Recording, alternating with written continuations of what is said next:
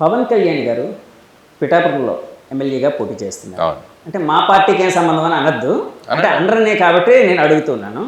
So అక్కడ ఆయన గెలిచే అవకాశం అంటే అక్కడ రాజకీయ పరిస్థితులు ఎలా ఉన్నాయని అనుకుంటూ ఉన్నారు? అంటే ఎందుకంటే మీరైతే ఆలోచిస్తూ ఉంటారు కదా, అన్ని పార్టీలు మూసో చూస్తూ ఉంటారు, అన్ని పరిస్థితులు తెలుసుకుంటారు.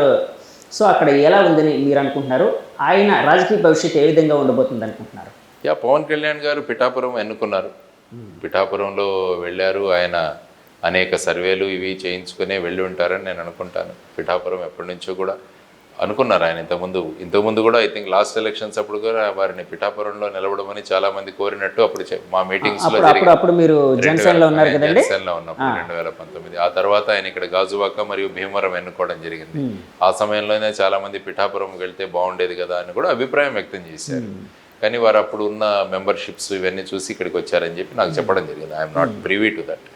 ఇప్పుడు వారు ఎన్నుకున్నారు పిఠాపురం. ఆ తర్వాత పిఠాపురమా లేకుండా కాకినాడ ఎంపీ కూడా అన్నారు. ఆయన టీ టైం ఉదయ్ గారు ఉన్నారు. ఫర్ ఎగ్జాంపుల్ పైనుంచి ఏదైనా అడ్జస్ట్మెంట్ అవ్వాలంటే ఉదయ్ ఇక్కడికి వస్తారు, నేను ఎంపీగా కూడా వెళ్ళే అవకాశం ఉంది, అమిత్ షా గారు మాట్లాడతారని కూడా ఒక ఇంటర్వ్యూలో వారు చెప్పినట్టు నేను విన్నా.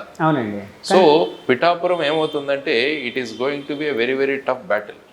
ఎందుకంటే మొత్తం రాష్ట్రం కాదు, ఈవెన్ దేశం యొక్క ఫోకస్ కూడా దాని మీద ఉంది. ఎలా అంటే ఎందుకంటే పవన్ కళ్యాణ్ గారు అక్కడ నిలబడ్డారు కాబట్టి ఒక పార్టీ అధ్యక్షులుగా. ఆ తర్వాత మధ్యలో అక్కడ ఉన్న వర్మ గారు ఆయన అపోజ్ చేయడము, తర్వాత వారు వచ్చి టైఅప్ చేయడము, ఆ తర్వాత వంగా గీతా గారిని అక్కడ నిలబెట్టడము, మధ్యలో ముద్రగడ పద్మనాభం గారు వైసీపీలో జాయిన్ అవ్వడము, ఇవన్నీ కూడా ప్రభావాలు ఆ పిఠాపురం చుట్టే తిరుగుతాయి. ఇప్పుడు ఫర్ ఎగ్జాంపుల్ పోతిన మహేష్ గారు కూడా ఐ థింక్ జనసేన నుంచి ఆయన రిజైన్ చేసి వైసీపీలో చేరారని విన్నారు. కాబట్టి ఏమవుతుందంటే ఇప్పుడు వైసీపీ పార్టీ కూడా అక్కడ పవన్ కళ్యాణ్ గారి మీద అన్ని అస్త్రాలు ఉపయోగిస్తారు అక్కడ. కాబట్టి ఆ విధంగా it is going to be very very tough fight there. కానీ ఆయనకున్న ప్రజాదరణ, ఆ తర్వాత ఆయన ప్రజలకు మేలు చేద్దామనుకున్న ఒక పాజిటివ్ కాన్సెప్ట్ అన్నది ఐ థింక్ ఆయనకు పెద్ద డిఫికల్ట్గా ఉండకపోవచ్చు అని నేను అనుకుంటాను. సార్ ఇప్పుడు యాక్చువల్గా మీరు జనసేనలో చేరినప్పుడు అంటే ఐడియాలజీ అదే మీది ఆయనది కుదిరింది అంటే భావాలు పార్టీకి సంబంధించి అనుకోవచ్చు, కుదిరాయి. తర్వాత బయటకు వచ్చేసారు మీరు, మీకుండే వ్యక్తిగత పరిస్థితులు కావచ్చు, మీ ఆలోచనలు బట్టి. సరే ఇప్పుడు వేరే పార్టీలో ఉన్నారు.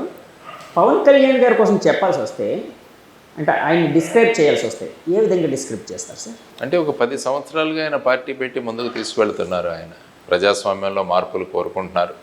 ప్రజాస్వామ్యంలో ఒక మార్పు తీసుకురావాలి, మార్పు రాజకీయాలు తీసుకురావాలి, యువతరాన్ని ముందుకు తీసుకువెళ్ళాలి అని మొదలుపెట్టారు పార్టీ. ఆ తర్వాత క్రమక్రమంగా ఆయనకున్న అనుభవంతో వారు ఇప్పుడు తెలుగుదేశం పార్టీతో పొత్తు పెట్టుకున్నారు. ఆ తర్వాత బీజేపీని కూడా అందులో సమావిష్టం చేసుకున్నారు. ఆ తర్వాత మొదట 24 సీట్లు, ఆ తర్వాత 21 అయ్యాయి. అందులో కూడా చాలామంది అనడం ఏంటంటే బయట నుంచి వచ్చిన వాళ్ళే చాలామంది ఎక్కువ ఉండిపోయారు. ఇతర పార్టీల నుంచి వచ్చిన వాళ్ళు, లేకుంటే తెలుగుదేశం వద్ద నో అని అక్కడ సీట్ లేకుంటే వచ్చి బ్యాక్ డోర్ నుంచి ఇక్కడికి వచ్చారని కూడా చాలామంది అనుకుంటున్నారు.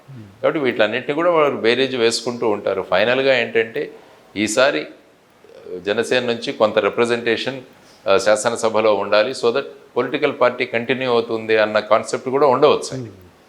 అదర్వైజ్ ఈసారి కూడా ఎవరు ఎన్నిక కాకుంటే మళ్ళీ దాన్ని ముందుకు లాగడం అన్నది కూడా చాలా సమయం పడుతుంది, చాలా శ్రమ తీసుకోవాల్సి వస్తుంది.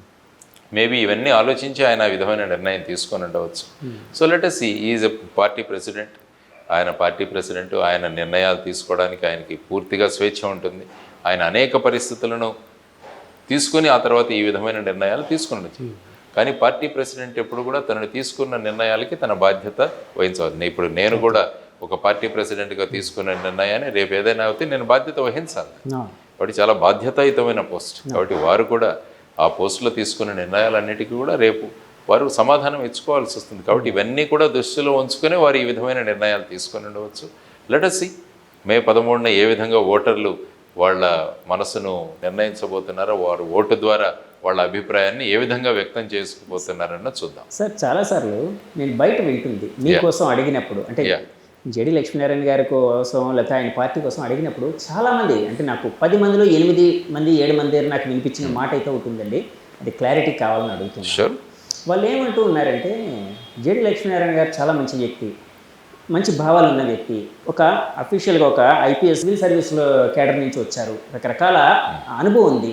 సో ఆయన సమాజం మీద ఒక తప్పన ఉంది, ఏదో చేయాలి. ఆయన లాంటి వ్యక్తి పవన్ కళ్యాణ్ గారితో కలిసి ఉంటే బాగుండేది, ఆయన పక్కాగా ఎలక్ట్ అయ్యేవారు, ఆయన రిప్రజెంటేషన్ పార్లమెంట్లో కావచ్చు అసెంబ్లీలో కావచ్చు పక్కాగా ఉండేది, అది బాగుండేది, ఆయనకి బాగుండేది, ఆయన అభిప్రాయాలు ప్రజెంట్ చేయడానికి కూడా బాగుండేది అని చాలామంది అన్నారు సార్. దీని మీద మీరు ఎప్పుడైనా జనసేన నుంచి వచ్చేసిన తర్వాత ఎప్పుడైనా రిగ్రెట్ అయ్యారా? ఏమీ రిగ్రెట్ లేదు. ఈసారి అసెంబ్లీలో నేను పవన్ కళ్యాణ్ గారు ఇద్దరు అక్కడ కలుస్తాం, పక్కన అండి కలిసి మాట్లాడుకుంటాం.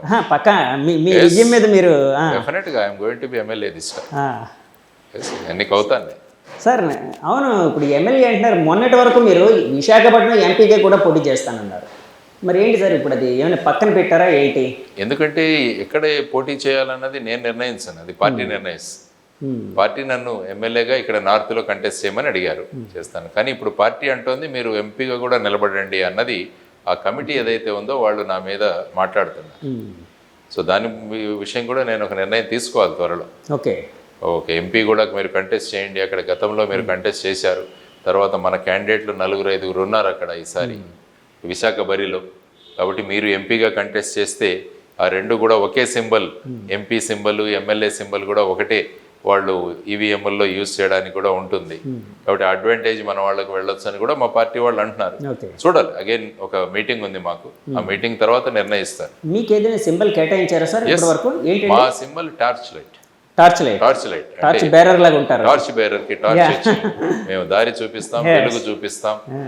చూడండి, ఏదైనా ఒక మంచి సంకల్పంతో వెళితే మనకు పరిస్థితులు అనుకూలిస్తాయి అనడానికి ఇదొక ఉదాహరణ. కాబట్టి ఈ ఉదాహరణతో మేము ముందుకు వెళ్తాము. కాబట్టి టార్చ్ బేరర్గా టార్చ్ తీసుకుని వెళ్తాము, మార్గాన్ని చూపిస్తాం, దారిని చూపిస్తాం, చీకటిని పారదోలేదానికి ప్రయత్నిస్తుంది జై భారత్ నేషనల్. అంటే విశాఖపట్నం ఇప్పుడు నార్త్ నుంచి మీరు ఎమ్మెల్యేగా పోటీ చేస్తున్నారు. నార్త్లో అయితే ఇప్పుడు కూటమి నుంచి విష్ణుకుమార్ రాజు గారు ఉన్నారు, బీజేపీ అభ్యర్థి. అలాగే వైసీపీ నుంచి కేకే రాజు గారు, అంతకుముందు ఓడిపోయారో ఆయన ఉన్నారు. సో ఇద్దరు బలమైన అభ్యర్థులు ఉన్నారు అని వినిపిస్తుంది. అక్కడ ఇందాక మీరు ఒక మాట అన్నారు, పక్కాగా ఎమ్మెల్యేగా గెలుస్తాను, అసెంబ్లీలో నేను మాట్లాడతాను అని అన్నారు కదా. అంటే మీ విజయం మీద అంత విశ్వాసం ఎలా వచ్చింది? అక్కడ పరిస్థితులు ఎలా ఉన్నాయని అనుకుంటున్నారు? నా క్యాంపెయినింగ్ నేను చక్కగా చేసుకుంటున్నాను, ప్రజల్లో మమేకం అవుతున్నాను, డోర్ టు డోర్ వెళుతున్నాను, ప్రజల స్పందన కూడా బాగుంది. ఒక మార్పు రాజకీయాలు తీసుకురావాలనుకుంటున్నాను, ఉత్తర విశాఖను ఉత్తమ విశాఖగా చేయాలన్న సంకల్పన అక్కడ వ్యక్తం చేశాను. ముఖ్యంగా డ్రగ్స్, గాంజా ఇటువంటి వాటి నుంచి దూరం చేయాలి, పిల్లలకు చక్కగా ఒక మంచి పెద్ద library, knowledge hub, skill development centre, cultural centre ఇవన్నీ కూడా ఆ ప్రాంతంలో ఏర్పాటు చేసి విశాఖపట్నం నార్త్ని దేశంలోనే ఒక ఉత్తమ మోడల్ కాన్స్టిట్యుయెన్సీగా తయారు చేయాలన్నది నా కాన్సెప్ట్. అంటే ఒక ఎమ్మెల్యే ఏం చేయగలడు అన్నది చూపించాలి మిగతా ఎమ్మెల్యేలకి. ఆ సంకల్పంతో నేను ఉన్నా, ఆ సంకల్పాన్ని ప్రజలకు వ్యక్తం చేశాను ఓటర్స్. సార్ చేయండి, మీతో పాటు మేము ఉన్నాం, మేము మార్పు కొనుక్కునేవాళ్ళం, ఆ విధంగా మేము ఖచ్చితంగా చేస్తామని ప్రజలు ముందుకు వస్తున్నారు. కాబట్టి నా విజయం అన్నది జరుగుతుందని చెప్పేసి నేను ఎలక్షన్ అనగానే డబ్బులు పంచే సంస్కృతి అయితే ప్రతి చోట ఉందండి. కొంతమంది తెలిసి పంచుతారు, కొంతమంది అంటే అవతల వాళ్ళకి తెలియకుండా పంచడం అనేది ఉంది. ఈ పార్టీ ఆ పార్టీ అని కాదు, 100 కోట్లు పెట్టాల్సిన పరిస్థితి ఉంది అని చెప్పి చాలాసార్లు ఆఫ్ ద రికార్డ్ మనం ఎన్నోసార్లు వింటూ ఉంటాం చాలామంది. మీరు డబ్బులు ఖర్చు పెట్టి అవతల వాళ్ళు ఒక చైతన్యం తేవడానికి ఇచ్చేస్తున్నారా, లేకపోతే ఎలాంటి ప్రయత్నం చేస్తూ అవతల వల్ల చైతన్యం రగించడానికి చేస్తున్నారు? మా పార్టీ బేసిసే జీరో బడ్జెట్ పాలిటిక్స్, డబ్బులు పంచే ప్రసక్తే లేదు. మేము మాకున్న అభిమానాన్ని పంచుతాం వాళ్ళకి, మేము ఏం చేస్తాము అన్న విషయాలను పంచుతాం వాళ్ళకి, మేము ఏ విధంగా కాన్స్టిట్యుయెన్సీని, నియోజకవర్గాన్ని ముందుకు తీసుకువెళ్తాము అన్నది పంచుతాం. ఆ తర్వాత వచ్చేసి నిరుద్యోగ సమస్యని ఏ విధంగా తీరుస్తామో అన్నదాన్ని పంచుతాం. డ్రగ్స్ ఇవి లేకుండా ఈ సమాజాన్ని ఎలా తయారు చేస్తున్నామన్న మా ఆలోచనలు పంచుతాం. కాబట్టి ఇటువంటి వాటిని మేము పంచుతాం, కానీ మేము డబ్బులు పంచే పార్టీ కాదు ఇది జై భారత్.